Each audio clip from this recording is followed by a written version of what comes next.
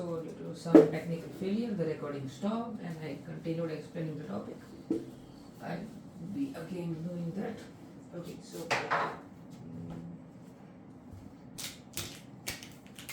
okay, so there is also one more type of fluid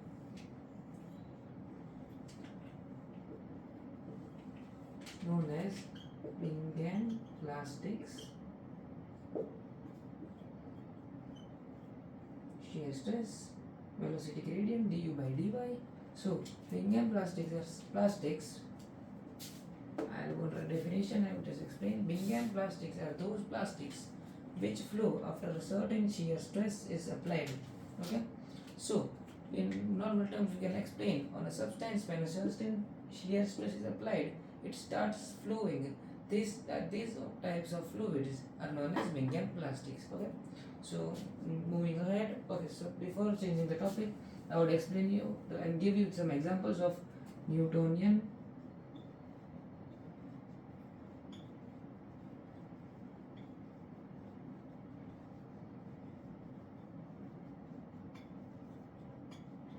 avoid my writing. So examples of Newtonian fluids are many. You can just consider water, I guess oil, etc.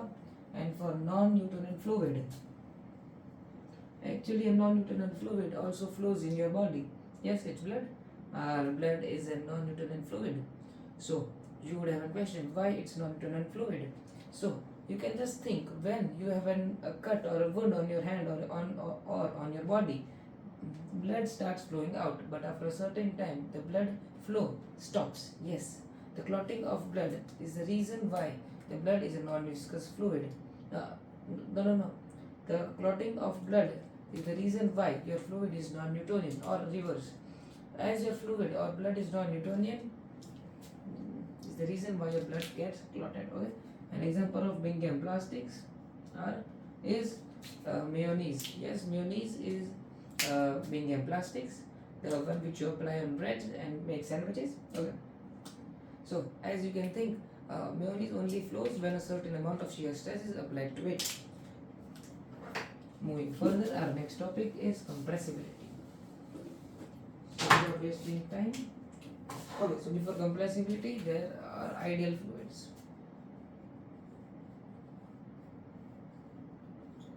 Okay, so what are ideal fluids? Ideal fluids are those fluids which does not have any viscosity, means they are inviscid and they follow no slip condition. Okay, so what are both? First of all, it's just self-explanatory that it's inviscid, means it has no viscosity, and other is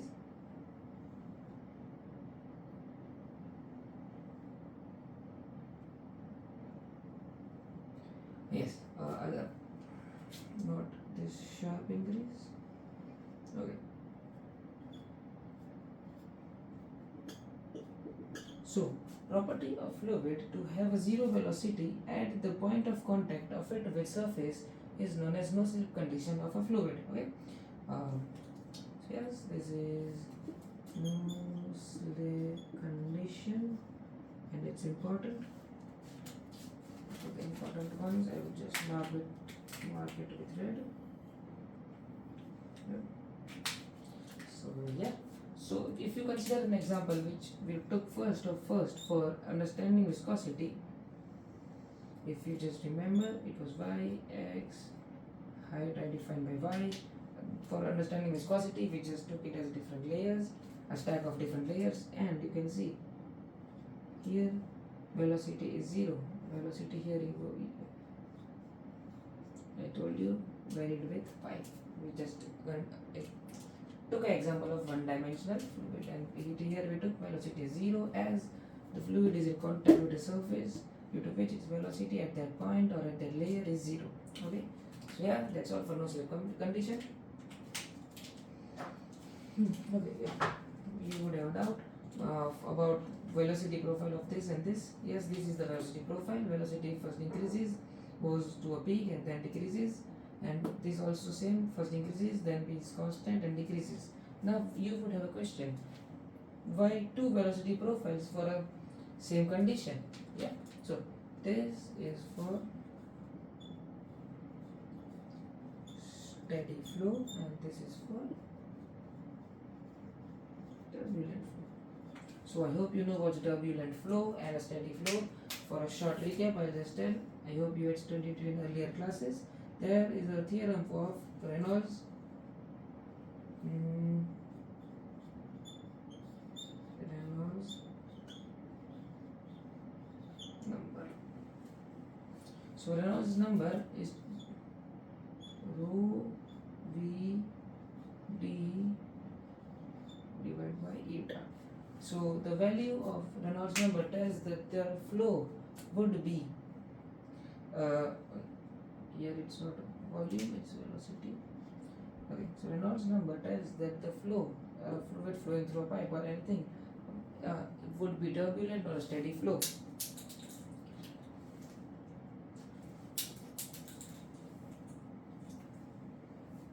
Okay, so we'll move further to the topic compressibility. Okay, so what is compressibility?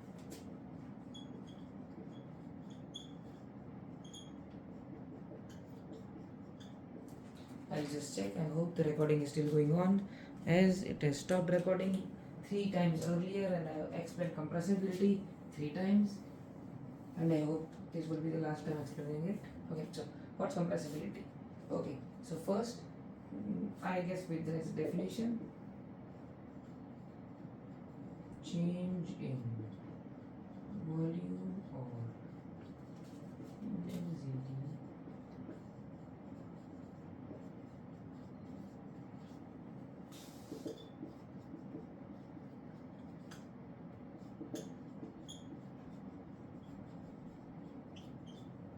also will, okay, just write pressure as both are more or less same, just so yeah.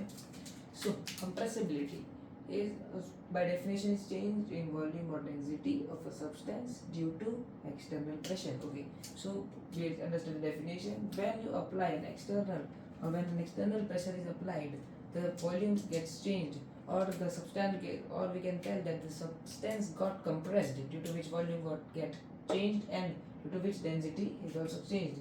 This is known as compressibility. For better understanding, let's take a cube, a substance in which pressure P is applied. So as the pressure is applied, there will be a slight deformation. The substance would get a bit compressed. So okay, it was reduced by an amount delta H. So you can tell the volume got contracted, means volume got decreased, but the mass of this would remain same, due to which density would also change.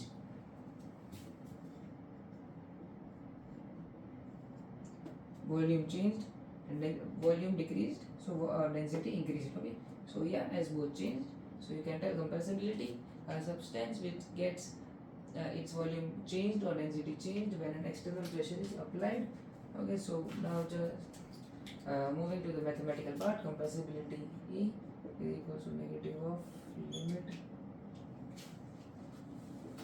Let's move to a different color.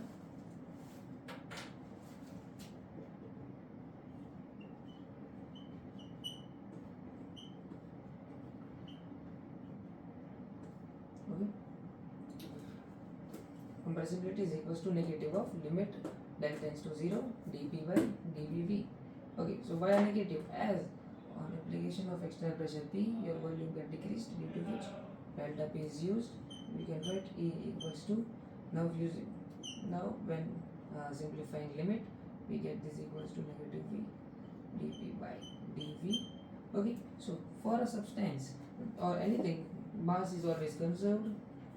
So applying mass conservation, we know M equals to constant. Okay, and M is equals to rho V, so rho V is constant. So when we differentiate rho V, you get rho dV plus V d rho equals to 0. So d rho by rho would be negative of dV by V.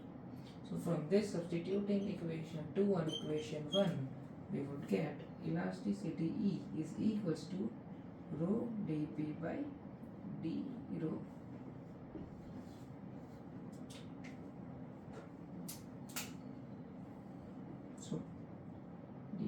d rho. Okay, so it's important. Elasticity is equals to rho multiplied by dp by d rho. Okay, this would help us to define or derive Mach number. I would explain what's a Mach number. It gives that whether your flow is incompressible or compressible. Okay, so yeah, that's all a theory for compressibility. Moving further. Okay, so I would just ask a question. If your fluid is incompressible, would the flow of the fluid be compressible or incompressible? Or if your fluid is compressible, then your flow would be compressible or incompressible.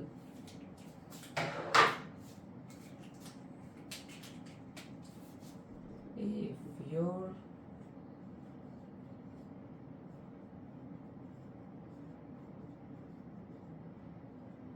compressible or incompressible, would it flow be same? Okay, so if a fluid which is compressible flows, would the flow be also compressible or incompressible? Or when an incompressible fluid flows, would it flow be also incompressible? Or when a compressible fluid flows, would it flow be also compressible? So answer is no. When a compressible fluid flows, the flow may be compressible or incompressible, and similar for incompressible fluids. When an incompressible fluid flows, your flow may be incompressible or compressible. Yes, that's why Mach number is defined. It tells that your flow is compressible or incompressible. Okay.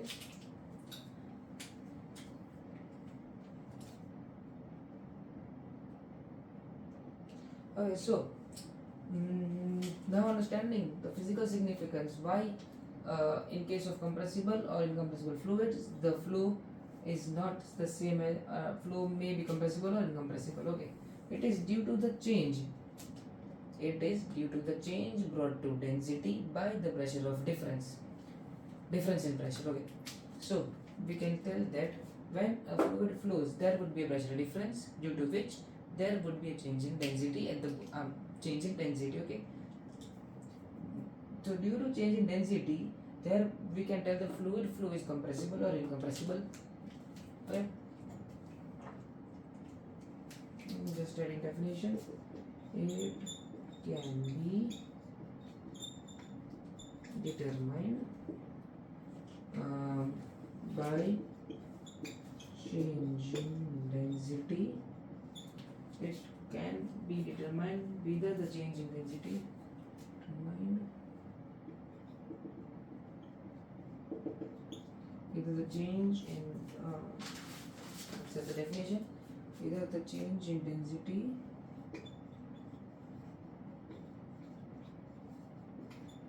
brought about by the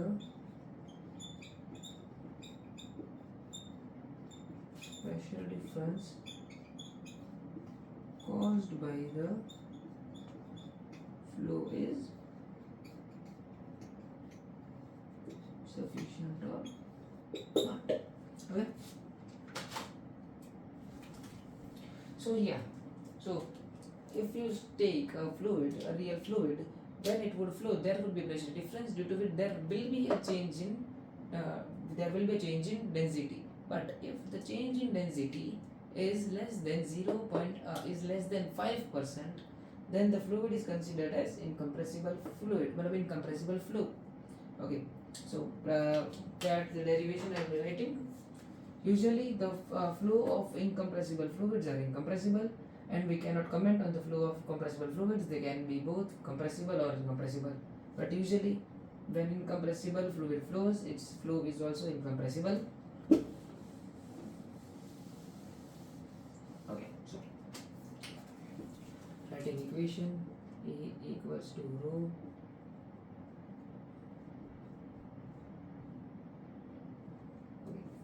we have this equation, so we can tell del P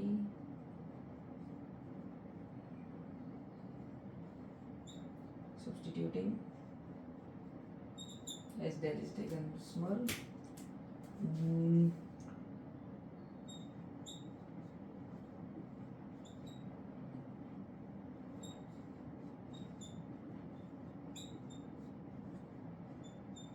Okay, so after coming here we can tell, let's take a is equals to under root of e by, okay, a is to guess under root of e by root, but what's a? A is actually acoustic velocity. So now the question arises, what is acoustic velocity? Acoustic velocity is the velocity of sound in that particular fluid.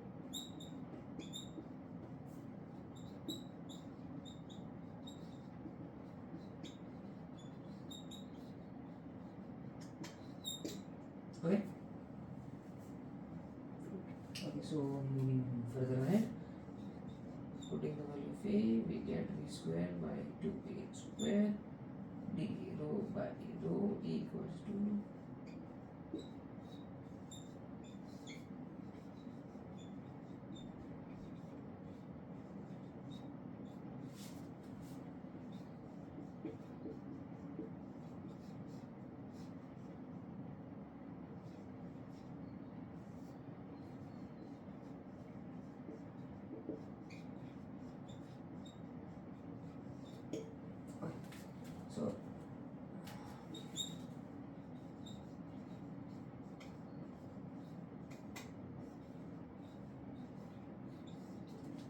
so v square by a square, v by a is equals to Mach number. V means velocity of the fluid which is flowing, and a is the velocity of sound in that particular fluid. It is equals to Mach number. So d rho by rho equals to Mach number square by 2.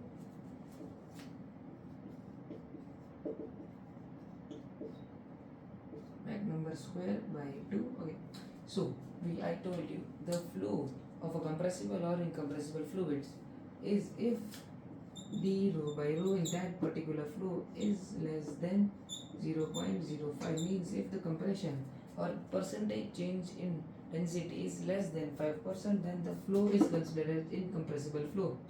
So when putting this, we get ma less than 0.33.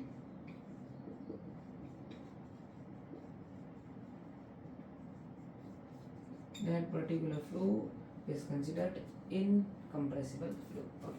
So the fluids whose Mach number is less than 0.33 for that certain velocity are incompressible flow. Okay.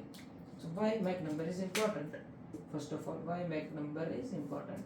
Okay. So if you have any fluid, means if you have water, so you can just tell by what velocity water should be for it to be compressible, or for the flow to be incompressible or compressible. Or if you take oil, we can say for what velocity of oil the flow would be compressible or incompressible, from as Mach number is velocity of flow by acoustic velocity. Just make it less than 0.33, means velocity of flow must be less than 0.33 times the velocity of sound in that particular fluid. Yeah, that's all about Mach number. Without wasting any time, let's move ahead. Oh, I hope the video recording is still going on. Yeah, so that's the theory of Mach number. So yeah, now one of the most interesting topics of fluid mechanics.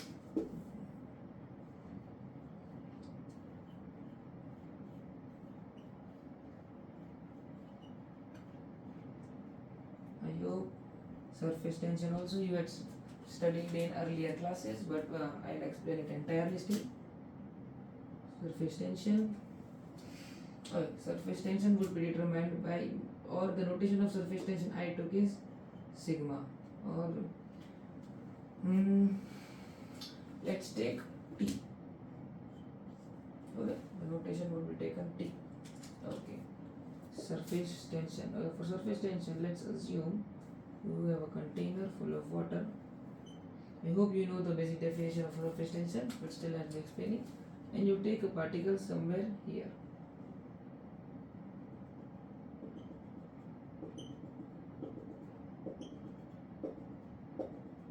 Okay, so a certain particle is here. All the other particles near this would try to attract this particle.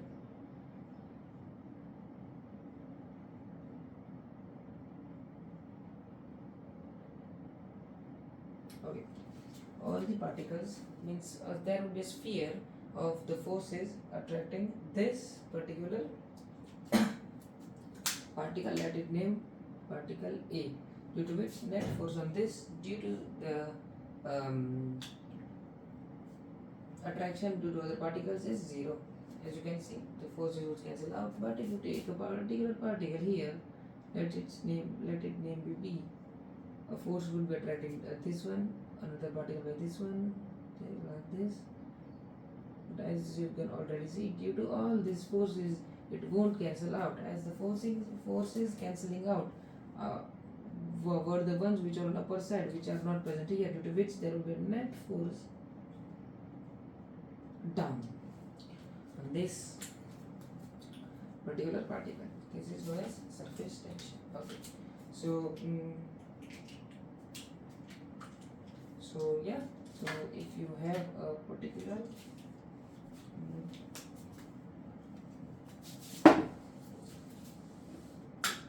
so if on top of a fluid you take a straight line, every particle from the both sides will be attracting it.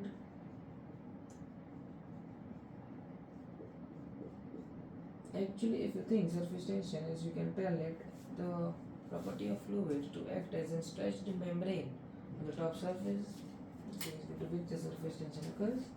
So D, a force F would be lie on both the sides. Yes, the net force would be zero, but still there will be a force F on both the sides, which is equals to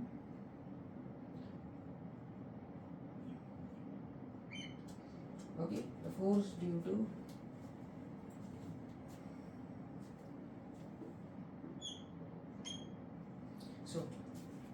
force per unit length is known as is equals to T, surface tension.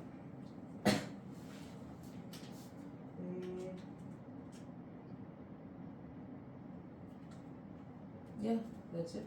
So surface tension T is determined as force per unit length. Per unit length.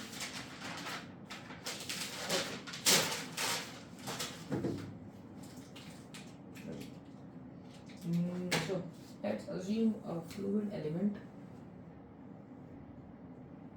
Let this be a fluid element.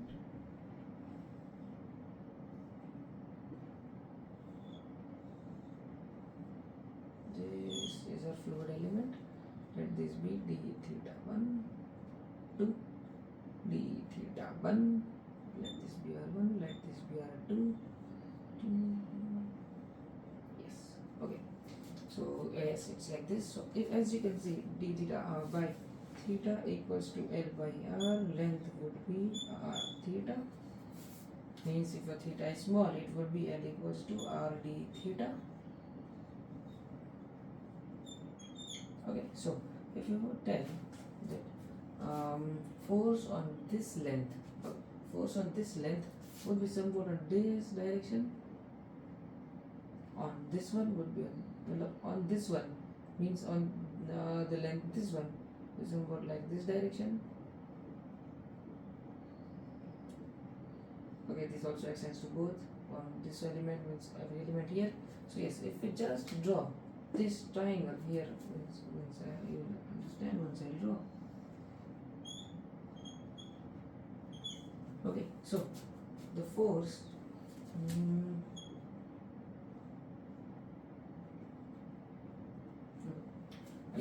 this force which I draw here are actually the forces due to this one, means this length multiplied by surface tension, and this length, if you say this length is r2 d theta 2, r2 d theta 2. Okay.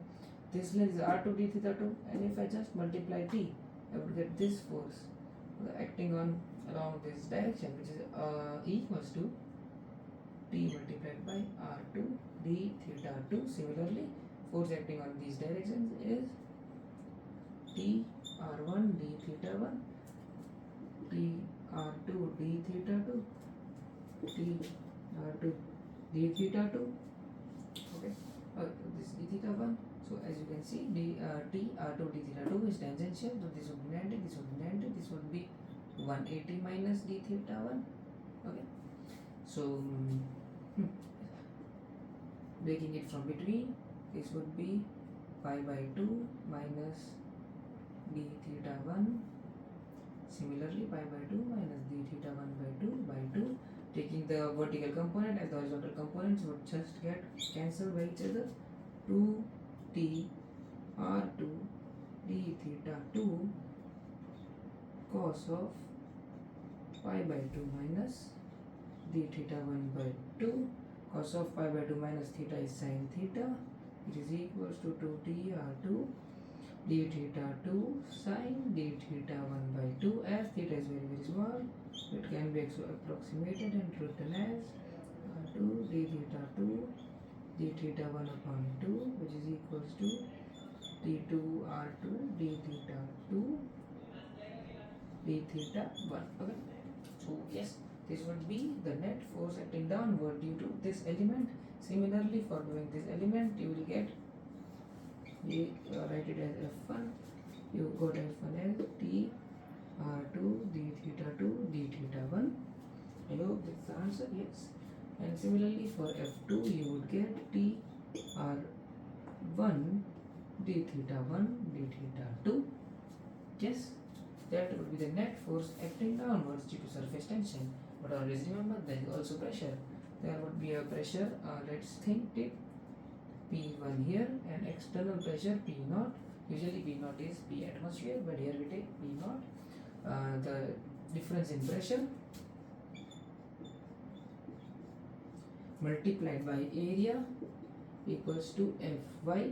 The force which would act on the vertically upwards, so it is defined by positive. As I take this axis as y, this as x.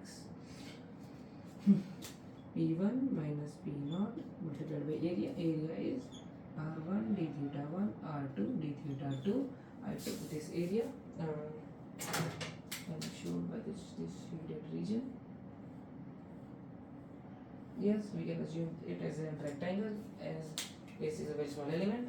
Writing this is equals to F5, and okay, so let us denote P1 minus P0 by delta P.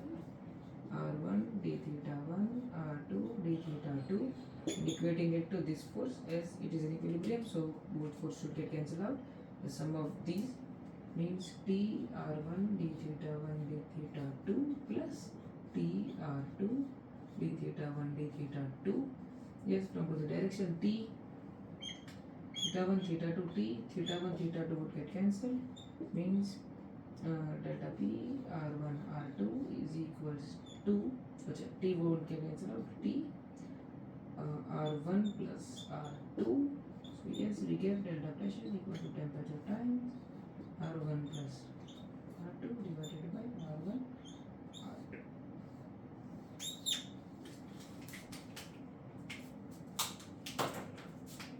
So yes, this is the pressure difference, delta P equals to T R1 plus R2 by R1 R2. Simplifying it a bit, we can tell dP equals to T 1 by R1 plus 1 by R2. Okay, yes, writing the equation.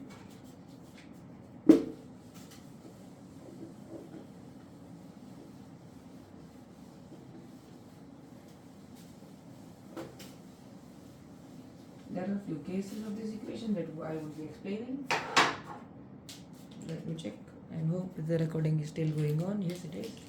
Okay, so the formula we found is delta P equals to T 1 by R1 plus 1 by R2, known as Young-Laplacian equation or Young-Laplacian formula. I would tell something about Young-Laplacian equation after I explain you some of the cases.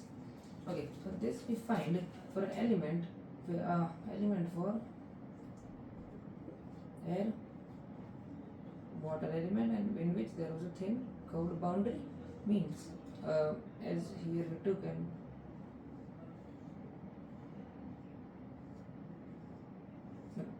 here was air, here was water. But if you take a case of a bubble in which you just have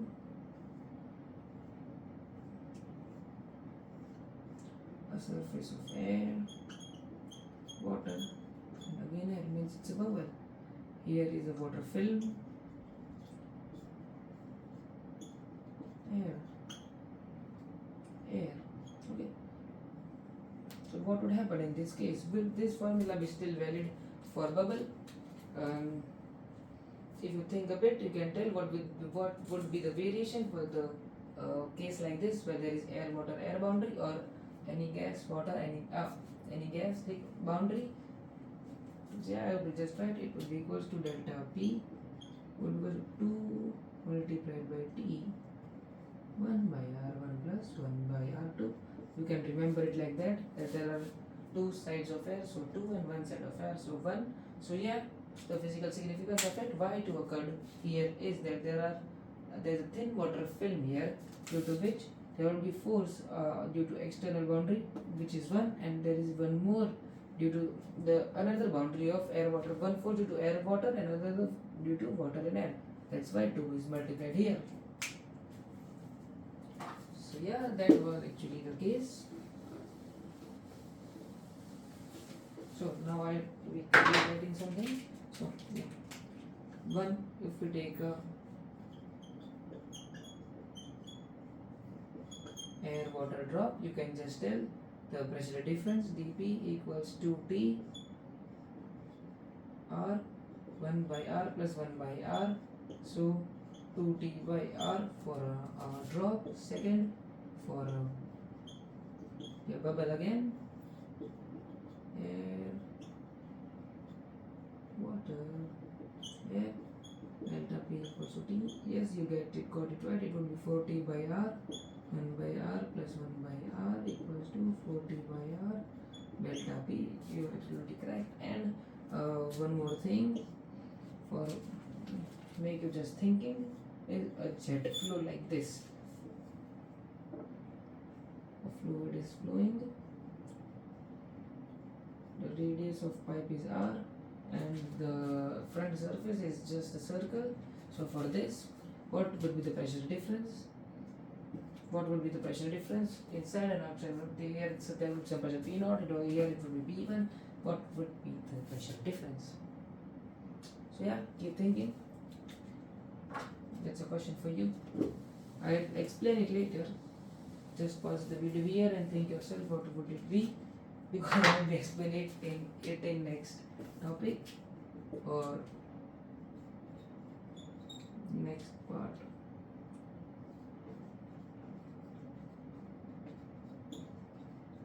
Young Laplacian equation means both the variations are, but I will just writing one. Okay, I again mentioned this equation name here. I derived it in before and we used it.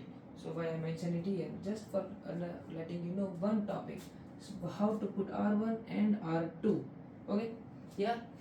The problem of which I give you of jet flow was not able to be solved unless and until you learn what's this. Okay. So for this, let's make 2 circles.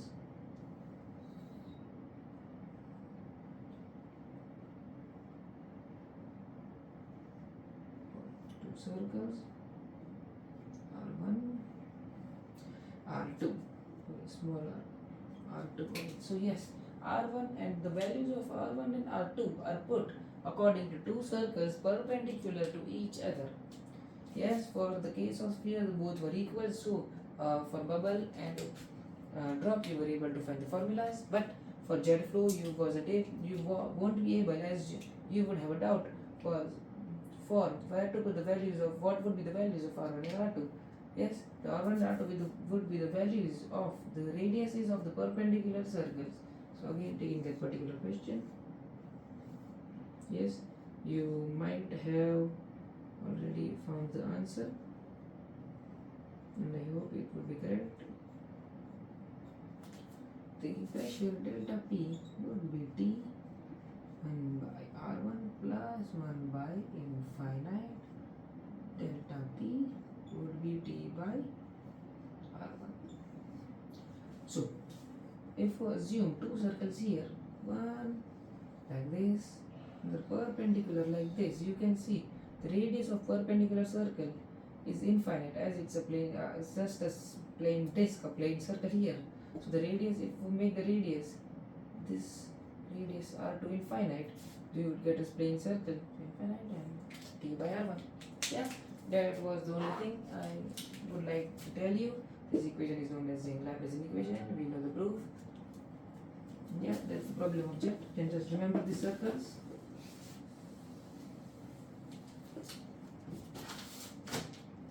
So let me see if the recording is still going on. Yes, it is.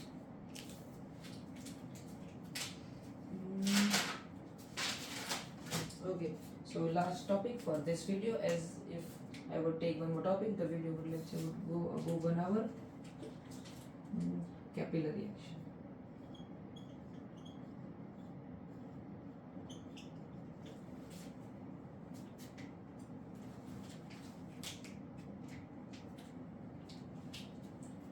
Capillary tube, which shows capillary action, the phenomena of capillarity.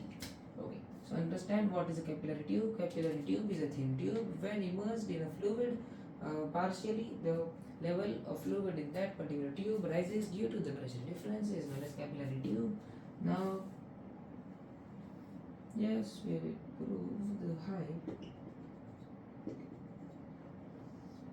It's usually a thin glass tube.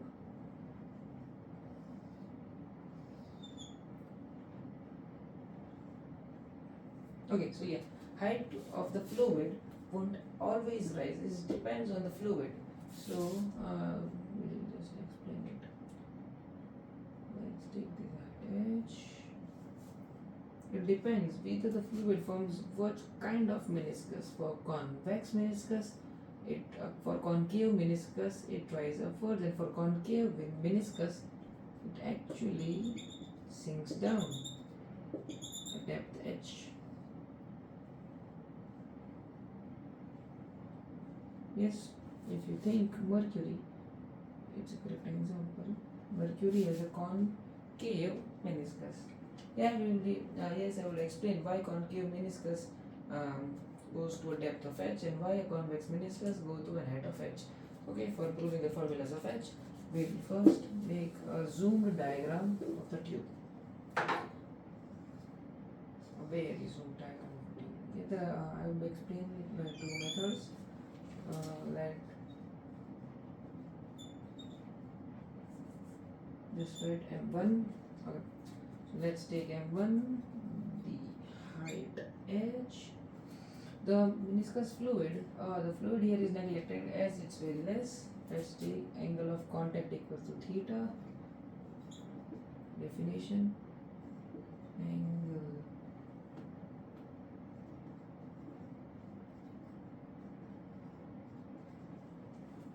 of contact. Okay, yes, so this is the angle of contact. Method 1, there will be a surface tension T. So yeah, we previously understood T multiplied by length is force. So T multiplied by length, that is the circumference of the circle formed here.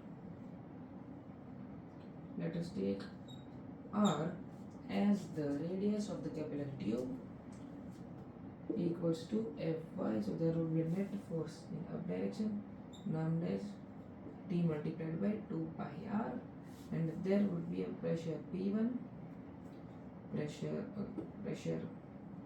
P0, and pressure ATM in P1. So there would be an external atmospheric pressure PATM and a pressure P1 just below the meniscus. So we can write as, yeah, so due to pressure PATM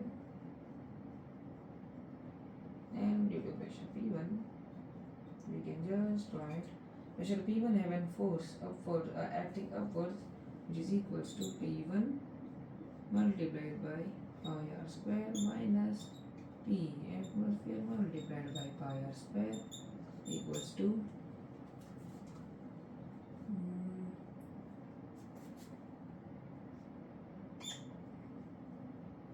Fy. As PATM's value would be greater than P1, due to which there will be a net horizontal down force here acting.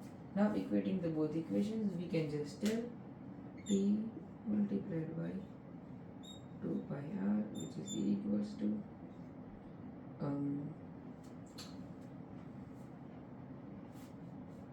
is equating the both equations directly. Minus of P1 pi r square plus PATM pi r square.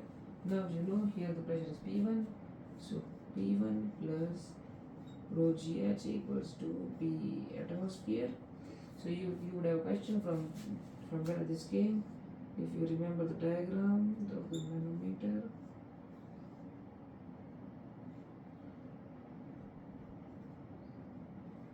P1 plus rho gh will be pressure of here, which will be equal to the pressure at this point.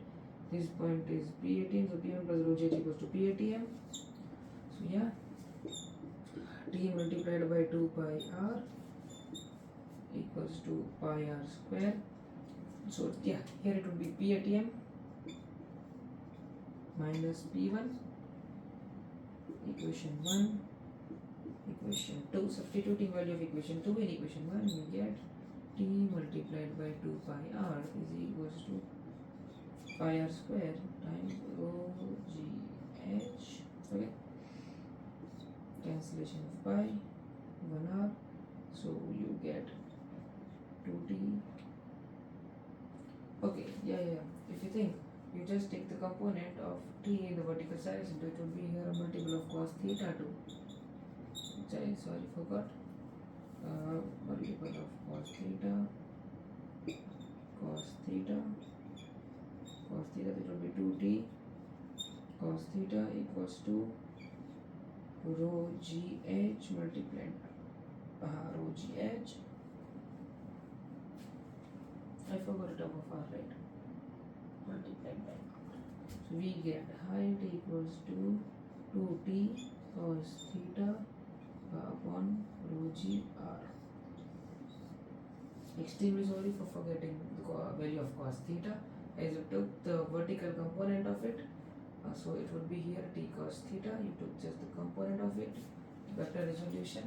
You get h equals to 2t cos theta by 1 rho g r. Okay, yeah. So here's the formula of it. I hope the recording is still going on. Yes, it is. Okay, so here's the value of it. I just did is the horizontal force. This is the horizontal force in upward direction is equal to horizontal force in downward direction. Okay. So I just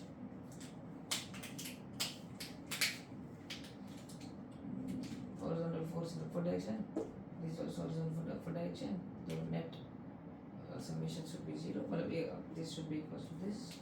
Upward equals to downwards. So to the force to be cancelled. From its simplification, you get this. H equals to 2t cos theta 1 rho g r, very important formula. Okay. There is also a method which I think you might have guessed by Young-Laplacian equation. So if you just take the tube of theta, and if you think the meniscus theta, so the meniscus formed is a part of a big circle. So if the radius of this is r, we would make a big circle and cut it from here. It would be r. Similarly, this would be r. Radius of the capillary tube, radius of the big circle. Okay.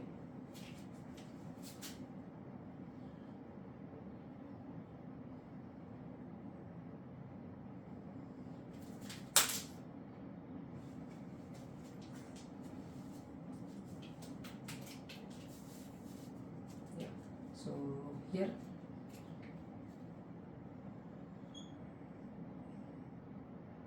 thing where it makes theta. So this would be theta. If you think this would be pi by 2 minus theta, so this would be theta 90 pi by 2 minus theta. Okay. So from here we can just write, if you can see where it's going, r cos theta, r sin theta, big R sine pi by 2 minus theta equals to small r. So yeah, big R cos theta equals to r. I think this pen also died.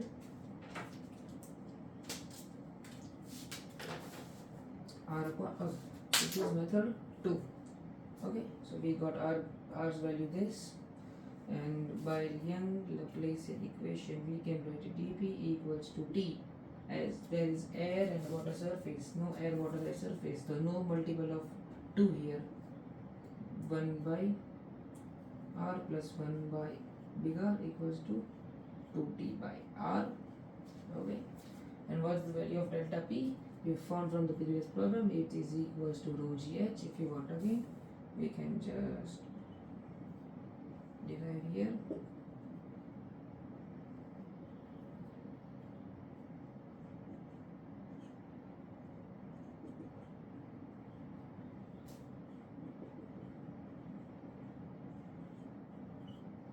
Let this be 0.1 and this be 0.2. So pressure at 0.1 equals to pressure at 0.2, which is PATM.